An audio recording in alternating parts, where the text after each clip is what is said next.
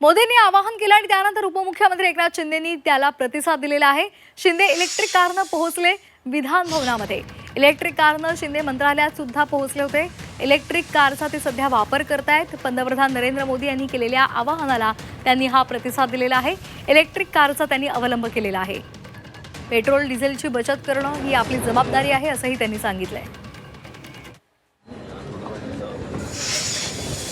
जेवढ्या आवश्यक गाड्या आहेत तेवढ्या ताफ्यामध्ये आहेत। बाकी गाड्या कमी झालेल्या आहेत।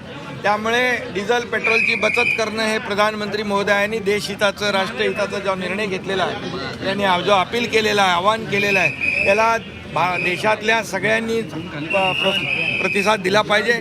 महाराष्ट्रातल्या लोकांनी देखील त्याला प्रतिसाद दिला पाहिजे। अशा वेळेस कुठलंही राजकारण न करता या ठिकाणी देशहित, राष्ट्रहित, सर्वात प्रथम नेशन फर्स्ट हे आपण पाहिलं पाहिजे। जोपर्यंत ही परिस्थिती निवळत नाही तोपर्यंत सगळ्यांनी आव्हानाला प्रतिसाद दिला।